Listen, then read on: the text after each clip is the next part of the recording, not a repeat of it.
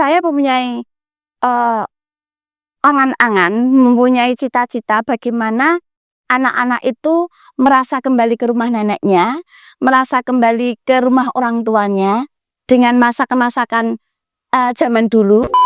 Jangan takut untuk kehilangan uang, harta, tapi tidak mempunyai ilmu.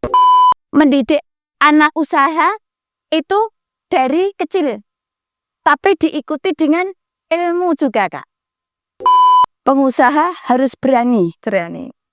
Pengusaha harus berani. Makanya kenapa saya ingin anak saya jadi pengusaha. Kalau pengusaha itu mesti jadi pemberani. Pengusaha itu jadi pemberani. Ya, mentalnya harus kuat. Dihina biasa, dipaido biasa, dicaci maki biasa. Jadi biar tidak kagetan.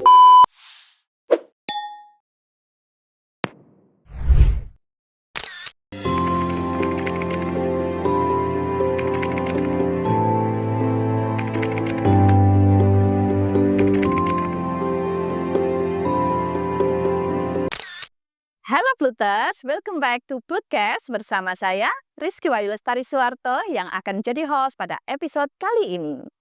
Nah, Pluters, tahu nggak sih apa itu Plutcast? Plutcast adalah podcast dari Pusat Layanan Usaha Terpadu Kabupaten Semarang yang akan mengulas seputar perjalanan usaha dan inspirasi bisnis pelaku UMKM di Kabupaten Semarang.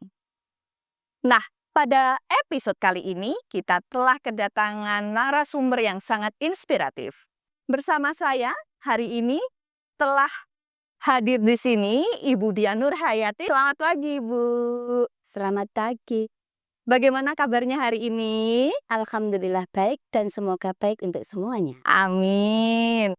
Baik, Ibu, mungkin bisa sedikit perkenalan untuk Pluters semuanya ini. Profil Ibu. Terima kasih Desperindakop yang telah mengundang saya di sini sehingga kami bisa berkenalan dengan semua pelenggan-pelenggan. Saya Ibu Diah Nurhayati mempunyai angan-angan lagunya, di mana seperti bertemu dengan cinta, yaitu dari mata turun ke hati, kita olah ke pikiran. Di situ kenapa kita memproduksi makanan-makanan tradisional. Harapan kita makanan cita rasa orang-orang dulu itu dikenal lagi dan selalu di hati anak-anak penerus bangsa sekarang. Dan kenapa saya masakan-masakan seperti itu? Karena di sana tempatnya tumbuhan sayur-sayuran banyak sekali yang mungkin kurang bermanfaat. Dengan mengenalkan masakan-masakan ini, sayuran-sayuran yang ditanam masyarakat sekitar itu akan naik daun lagi. Dan temanya kita bisa merasakan seperti kembali lagi ke desa, ke rumah nenek kita, atau ke rumah orang tua kita dulu yang di desa, dengan dihidangkan makanan-makanan menu yang dulu nenek-nenek kita masak. Seperti itu. Ya, baik Ibu. Nah, pastinya dari awal pembukaan hingga sekarang sudah dikenal banyak orang melewati dinamika bisnis yang naik turun. Atau mungkin naik langsung melejit. Nah, ini mungkin bisa diceritakan dari awal pembukaan hingga bisa terkenal seperti ini. Apakah ada dinamikanya? Seperti itu. Awal dibukanya kita 12 Maret 2022. Itu kita buka. Di situ kita kan tidak tahu, Kak. Karena masyarakat itu sekarang itu anak bangsa itu belum mengenal. Ini ya kita deg-deg ser, Kak, waktu itu, Kak. Bisa nggak ya diterima di lidah mereka? Sedangkan ini masakan yang mereka tidak kenal, Kak. Seperti kayak lodeh kluweh. Apa itu lodeh kluweh? Oblok-oblok. Apa itu oblok-oblok? Mereka bertanya. Jadi saya kok semuanya tanya, banyak yang tidak mengenal masakan saya. Tapi disinilah saya akan menjadi percaya diri waktu itu karena Allah. Yaitu karena dia tidak mengenal, mesti dia pengen kenal. Kalau dia sudah kenal, dia biasa-biasa saja. Itu yang menjadikan saya motivasi pengen lebih mengenalkan lagi nih. Apa itu masakan zaman dulu? Aku terus percaya ini, kok banyak bertanya. Berarti mereka bertanya pengen kenal. Kalau sudah kenal, mungkin tidak ingin bertanya dan tidak ingin merasakan. Ya, berarti itu menjadi salah satu yang menarik karena ternyata apa yang sudah kita makan sehari-hari belum tentu bagi orang itu familiar seperti itu dan menjadi daya tarik apa ini orang-orang jadi seperti penasaran gitu. Saya pengennya bagaimana orang penasaran itu menjadikan orang itu lebih dekat, lebih kenal, dan lebih mengerti akan masakan itu, Kak. Gini, Kak, waktu itu saya mempunyai angan-angan, mempunyai cita-cita bagaimana anak-anak itu merasa kembali ke rumah neneknya, merasa kembali ke rumah orang tuanya dengan masakan-masakan zaman dulu. Tapi nyatanya, Kak, di sana itu pada bertanya, masakan apa ini? Kayak oblok-oblok, mereka tidak ada yang kenal. Lodeh keluar, jarang sekali mereka mengenal. Terus waktu itu saya menemui anak saya ini. Kita meeting dengan anak saya. Saya membuka seperti ini, kok bagaimana? Mereka kok menanggapinya seperti ini. Terus kita kolaborasi, Kak. Karena saya zaman kolonial dan kebetulan anak saya zaman milenial, bagaimana bisa dikenal, bisa diterima oleh mereka semua dengan zaman dulu dan zaman sekarang. Memang ini ada jalur tengah ya, Kak, ya, jalur tengah antara kolonial dan milenial biar mereka bisa diterima. Saya komunikasi nih dengan anak-anak saya. Ternyata dia pikirannya, gagasannya itu Luar biasa. luar biasa ya. Gagasannya itu yang tidak saya pikirkan. Seperti zaman saya ini dijajah dulu. Jadi kalau saya kan pakai okol ya, Kak, ya. Tapi kalau anak pakai akal. Ternyata pakai okol dan pakai akal disatukan itu akan menjadi baik gitu, Kak. Kalau boleh tahu, bagaimana cara ibu mengajarkan kepada putra-putrinya agar memiliki jiwa usaha, di mana kita tahu sendiri, jiwa usaha itu kan perlu mental yang sangat kuat. Nah, didikannya gimana sih, Bu, kalau boleh tahu? Begini, saya di sini mempunyai rasa kemajuan untuk anak-anak kita. Itu adalah ada di pundak orang tua, tanggung jawab di orang tua. Jadi, anak-anak itu saya didik dari mereka sudah mengerti merasakan panas dan merasakan dingin dunia ini. Kenapa saya seperti itu? Karena anak-anak ini saya pacu, kamu harus sekolah. Sekolah terus, cari ilmu. Cari ilmu itu wajib dalam hidup. Tetapi bekerja juga wajib selama menjalani kehidupan. Tetapi bekerja tidak diiringi ilmu, itu nantinya akan mendapatkan tetesan kosong. Pesan kosong. Jadi anak saya saya pacu terus. Dari mereka kelas 3 SD sudah saya kenalkan kulitnya dulu. Banyak, Kak, mereka yang bertanya, ya kenapa dari kecil kamu didik usaha? Itu kamu rugi. Tapi di sini suatu mendidik itu tidak ada kata rugi. Memang ilmu harus kita beli. Beli ilmu dengan mahal. Jangan takut untuk kehilangan uang, harta, tapi tidak mempunyai ilmu. Jadi saya pacu terus, Kak. Ini cara usaha seperti ini, cara usaha seperti ini. Dan saya terjunkan langsung ke lapangan. Terjun ke lapangan Langsung ya, Bu, terjun ya. ke Learning by doing ya. Jadi dia menangis, saya diamkan, tidak langsung saya peluk. Nanti dia tahu sendiri saya bagaimana untuk tidak menangis. Dia kepiris ibaratkan, ya biar, enggak apa-apa. Kadang anak saya waktu itu diketawain teman-temannya, Kak. Temannya pada main, anak saya bekerja. Karena apa? Kita kenalkan dunia, kita kenalkan pekerjaan, bekerja kepada anak-anak kita dari dini.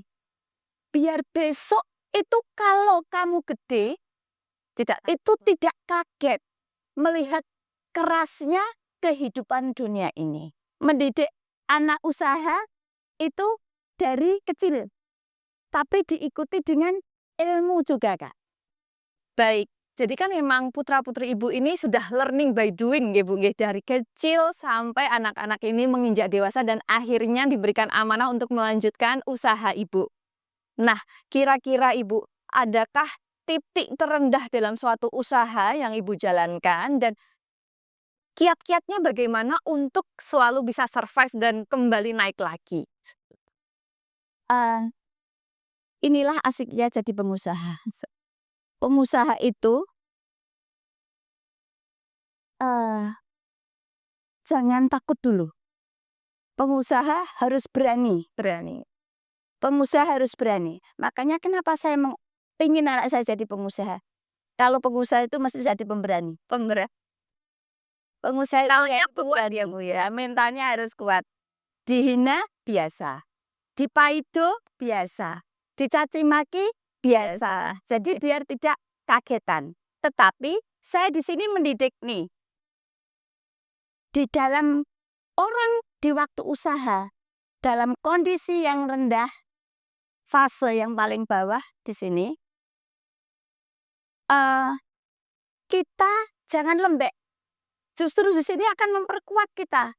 Itulah bekal kita di waktu kita yang paling baik ini. Tapi kalau kita hanya di atas, Kak, di sini kita memanage-nya semuanya hanya dapat tipuan belaka kadang. Tapi kalau pas di rendah ini akan bangkit yang lebih tinggi lagi. Oke. Jadi kalau saat kita di titik terendah, itu memang tips-tipsnya biar sabar Bu. Kadang tuh pengusaha itu pas di rendah tuh kayaknya aduh, sudah nih kayaknya saya nggak cocok, saya nggak mental ini jadi pengusaha. Kayaknya kalau usaha saya di bawah itu nyalahin biasanya ya Bu ya. Kok kayaknya saya ini nggak punya modal, makanya usaha saya ini nggak mau maju-maju. Nah ini kira-kira menurut Ibu tanggapannya gimana tentang pengusaha yang sedang di bawah dan sudah hampir putus asa ini? Kita pengusaha itu kalau pas di bawah, ini tidak cocok, tidak. Ini loh, buku itu harus kita baca dari buku yang tipis sampai buku yang tebal. Jadi pengusaha di waktu pas di bawah, fase bawah, kita bangkit. Satu, kita jangan menyalahkan orang lain dulu. Jangan menyalahkan Jangan menyalahkan orang lain. Tetapi kita koreksi dari dalam dulu. Jangan menyalahkan pihak luar, pihak dalam, dan siapa. Tapi kita harus koreksi diri kita. Bermunasahabah diri. Kita memohon kepada Allah. Kita percaya, pasti akan diberi jalan keluar. Asal tidak menyerah. Tapi kalau menyerah, pasti tidak akan diberi jalan keluar. Ibaratnya jatuh, bangkit lagi. Jatuh, bangkit lagi. Itu tidak apa-apa. Mungkin jatuh sekarang, besok kita bangkit lebih kuat. Jatuh lagi, kita bangkit akan lebih kuat lagi. Dan biar tidak seperti itu, maka kita mendidik anak kita, yaitu jangan mempunyai satu usaha. Tapi bagaimana mendirikan usaha ini yang dipikir kita jauh, Kak. Jauh ke depan sana kita pikirkan dulu. Jangan yang pendek. Dari jauh, bagaimana usaha ini bisa bermanfaat, bisa menyenangkan orang lain, Kak. Bisa menguntungkan orang lain. Nanti pasti akan kembali kepada kita yang lebih. Jadi memang usaha, Kak, buka sekoci-sekoci yang lain. Kalau jatuh masih ada yang kita pandang. Mas, kalau yang ini satunya jatuh, masih ada skoci lain yang satu. Ada yang jatuh, ada skoci lain yang satu. Bahkan skoci ini yang satu bisa menambal yang ini. Jadi yang jatuh tidak jadi jatuh. Jadi semangat, jangan bilang, pengusaha, nih saya nggak punya modal, nggak bisa punya usaha. Tidak. Pengusaha modalnya tidak harus uang, ya. Tidak harus uang. Tapi modalnya pertama, niat, jujur, terbuka. Jadilah pengusaha. Sebenarnya kita sudah diberi modal, Kak, banyak. Panca indera yang genap, pikiran yang baik. Bahkan orang bilang anak-anak saya itu dulu, Kak, kalau bertemu dengan pengusaha-pengusaha besar, kadang itu ada yang modal, nggak apa-apa, santai saja. Kecil lawan dia itu modalnya modal dengkul. Kan saya pulang kadang kecil hati. Tapi sekarang enggak, Kak. Dibilangin modal dengkul, ini mahal loh, miliatan. Modal dengkul tidak apa-apa, asal tidak otak yang didengkul, ya. Baik, jadi memang mental pengusaha itu perlu dipupuk nggih, Bu, nggih. Harus. Agar usaha yang kita jalankan walaupun saat di bawah ini kita tidak berkecil hati, tidak kemudian putus asa dan tutup ya. Jadi kalau pengusaha itu harus ulet dan memandang jauh ke depan ya, Bu, ya.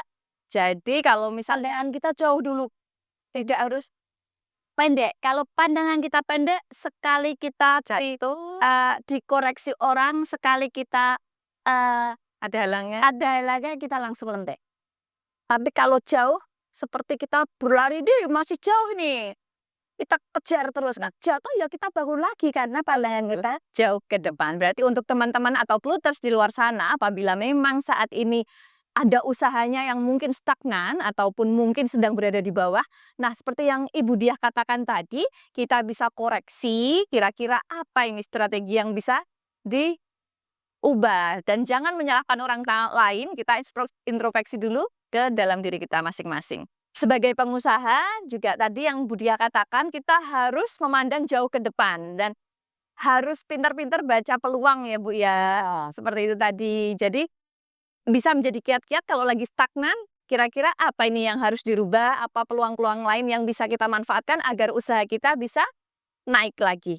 Seperti itu. Nah, pluters, bagi yang belum tahu, Bu Diah ini juga merupakan pemenang tingkat nasional Duta Sasa 2 tahun berturut-turut nggih, Bu, nggih, 2024 dan 2025 untuk kategori pemberdayaan UMKM. Mungkin bisa diceritakan, Ibu, award yang telah didapatkan selama 2 tahun berturut-turut ini? pertama saya tidak mengejar, saya itu harus dapat award. Pemenang ya, Bu, ya? Pemenang. Saya itu nggak mengejar sampai di situ. Tetapi yang saya kejar jauh dulu. Harapan saya, inginan saya, yaitu jadi UMKM itu UMKM yang handal. UMKM yang tidak hanya karena musim saja, tetapi musim kemarau, musim hujan, tetapi UMKM itu selalu berdiri. Harapan saya itu seperti itu. Maka UMKM ini kita kumpulkan, Kak.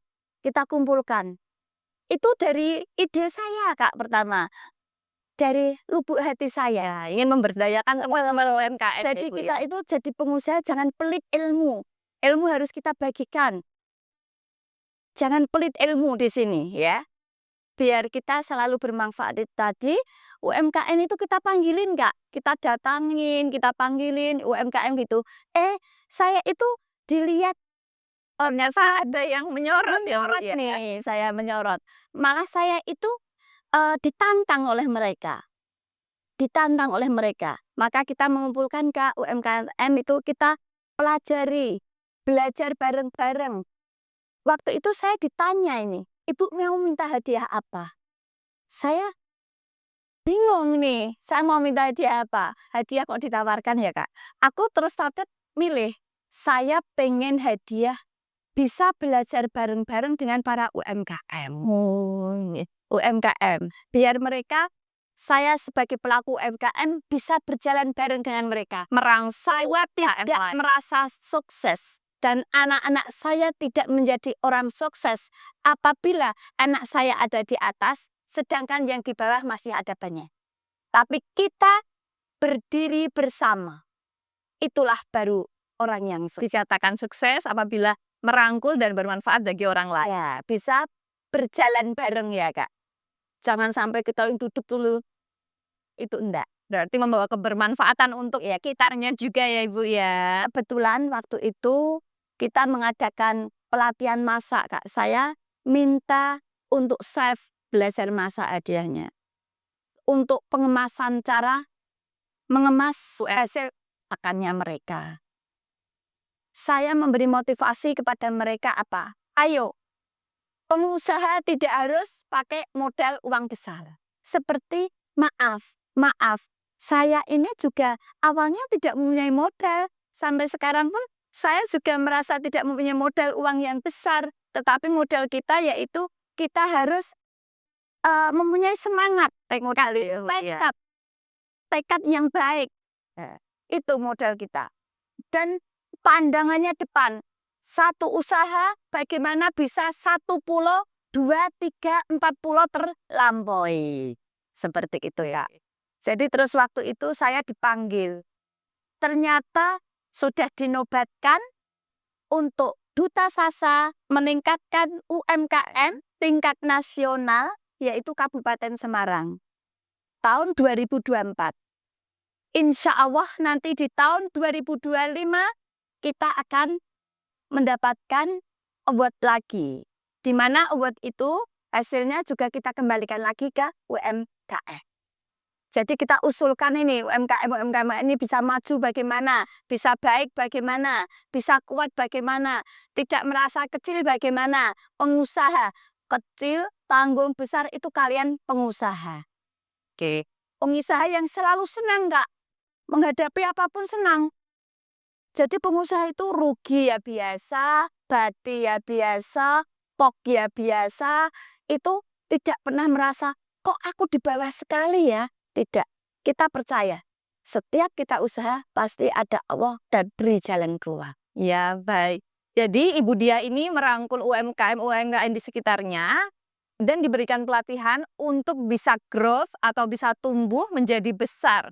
Jadi Bu Dia ini tidak merasa saingan-saingan gitu enggak ya Bu ya? Jadi Bu Dia ini memang merangkul dan mengajarkan bagaimana caranya agar UMKM yang baik dari tadi kecil, sedang maupun yang sudah berkembang untuk bisa lebih besar lagi seperti itu. Wah mulia sekali ya Bu Dia ini. Jadi pengusaha itu ya Kak ya, harapan kita itu jangan lembek. Kita jangan kalah. Pandangan kita ke depan. Karena niat kita mempunyai prinsip. Belajar itu wajib, bekerja itu wajib. Ya. Karena semuanya ini belajar, mendapatkan ilmu pasti bermanfaat untuk orang lain. Bekerja hasilnya bagaimana Kak biar usaha itu bisa semakin maju? Selalu memikirkan orang lain. Baik itu pekerja kita, baik itu pelanggan kita, baik itu masyarakat sekitar kita, baru lagi kembali kita. Nanti usaha itu akan semakin kuat dengan sendirinya. Jangan takut, aku kok nggak punya modal ya. Tidak, step itu semua step. Asalkan kita mempunyai attitude yang baik, kita selalu minta saran, kita selalu minta nasihat, kita minta dikritik, ya. Minta Masukan dikritik dari ya Bu ya. Jangan sampai pengusaha kalau dikritik sudah mundur. Kita dikritik malah kita benci sama yang kritik. Jangan. Kritikan itu adalah yang terbaik untuk kita. Yang menjadikan kaki kita mencengkeram lebih Kuat lagi. kuat ke bumi. Tuh. Tentunya kritikan-kritikan positif yang diberikan ya Ibu ya, itu menjadi penguat kita, menjadi koreksi agar kita bisa lebih baik lagi ke depannya.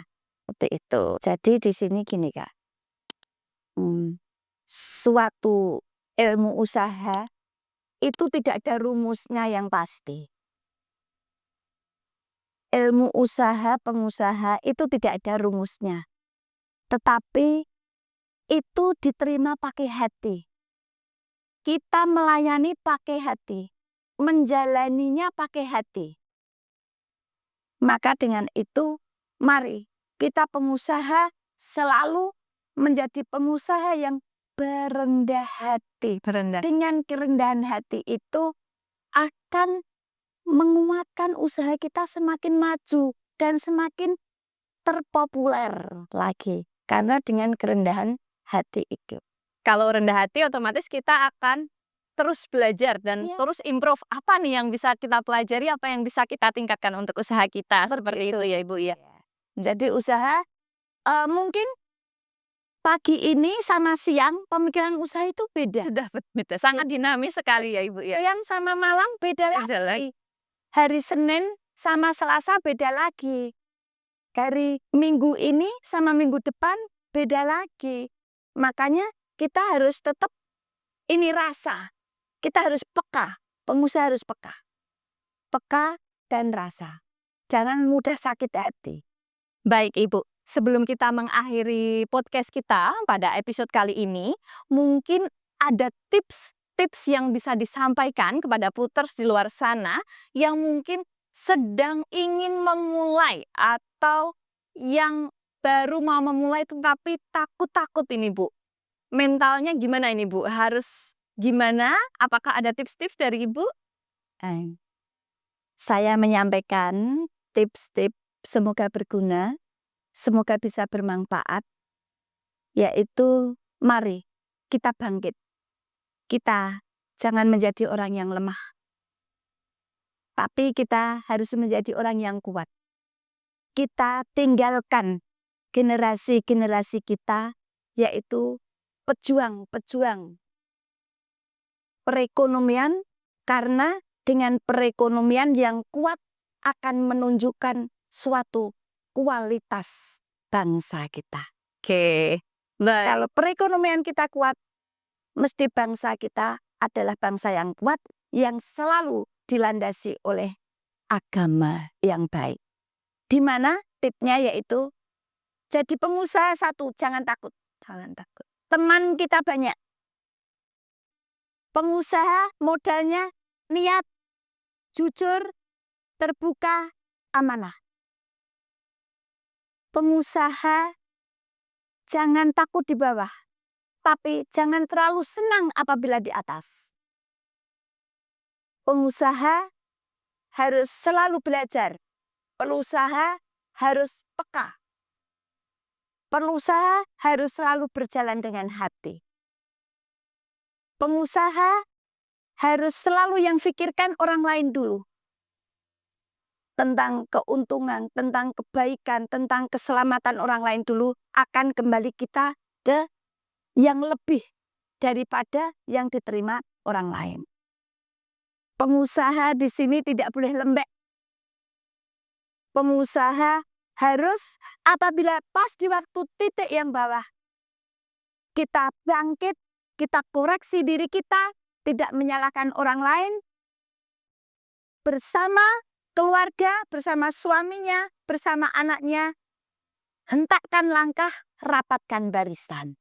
Kita pasti akan kuat maju di depan. Wah, terima kasih sekali Ibu atas insight yang diberikan pada kesempatan kali ini.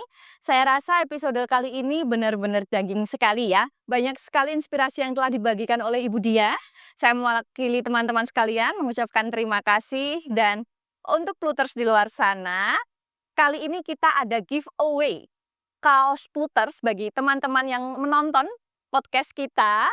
Silahkan didokumentasikan dan bisa diupload ke sosial media teman-teman sekalian dengan tag @diskumperindak dan @PLUT Kabupaten Semarang. Nah, nanti bagi akun-akun yang terpilih akan mendapatkan kaos dari Plutkes. Nah, teman-teman, akhirnya kita selesai juga ini Bu. Semoga nanti apa yang disampaikan bisa bermanfaat. Amin. Dan teman-teman, agar tidak ketinggalan podcast berikutnya, jangan lupa subscribe, like, dan komen. Dan jangan lupa share ke teman-teman sekalian agar informasi yang bermanfaat ini tidak berhenti di kalian. Ibu Dia, terima kasih atas waktunya dan sampai jumpa di podcast berikutnya.